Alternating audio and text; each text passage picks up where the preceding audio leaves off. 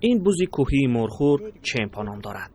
چمپا را کارمند ممنونگاه شاهین زینالدین مدائموف از خردسالی بزرگ کرده است. با شنیدن آواز زینالدین چمپا از کوههای بلند پیش او میآید.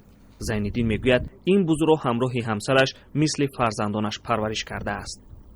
رنگی فرزند میشوند، مثل رنگی خیلی تربیت نیا میکنی، شیرین است، میخواد خیلی خودت به حضور اس میکنی خودت. وقتی که امیرا در برات باشه بسول درد همین رو حس میکنی، همین خیلی طبیعتا درد حس میکنی که در ممنونگاه شاهین نه تنها بوزی مرخور بلکه گوسفندان نادری بخورایی نیز پرورش میشوند. اما فعل و اطوار گوسفندان از بوز فرق میکند.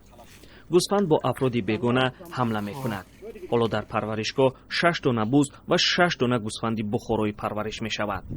انا در طبیعت ممکن غیر از چی پرورشگاه 300 زیادتر داریم، نه 300 تا 400 دومانی 400 هم خیلی بوزهای نادر داره. این بوزها در کوههای دهه قواق ناحیه شمس‌الدین شاهین پرورش می‌یابند.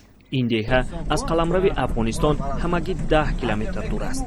مسئولین ناحیه حالا در اینجا مکان‌های سیاحی بنیاد می‌کنند. ما در خانه قرار داریم که با اصول بابایی در دهه سمندی ناحیه شمس‌الدین شاهین ساخته شده است. این دهه در مابین کوههای بلند و همگی 10 کیلومتر از افغانستان دوری دارد. در اینجا بوزهای کوهی و پرمشاخ را دیدن ممکن است. مسئولین ناحیه میگوید که با ساختن چنین خانه‌ها آنها میخواهند که سیاحان را به این منطقه جلب سازند. بوز پرمشاخ رو برای دوربین ماست. چمپا توانست 10 ها بوز دیگر را همراه خود بیاورد. مسئولین ممنونگاه میگویند که نه همه میتواند بوز و گوسفندان را به این آسانی ببیند. با گفته آنها گرمی هوا باعث شده است تا بوزها به پایینتر به مکانهای سردتر فرایند. حالا در این منطقه نه تنها ممنونگاه شاهین بلکه دشت جم نیز آماده کار است. وظیفه کارمندان ممنونگاه ها نه تنها پرورش و زیاد کردن جانوران نادر است، محافظه جنگل و جانوران نیز بر عهده آنهاست. این باعث شده است تا شماره بوز و گوسفندان نادر سال از سال افزایش یابد. موسم شکار قانونی حیوانان از تیر ماه شروع شده تا اول بهار دوام میکند. مقامات همه ساله برای شکار بوزی مرخور کواتا جدا میکنند.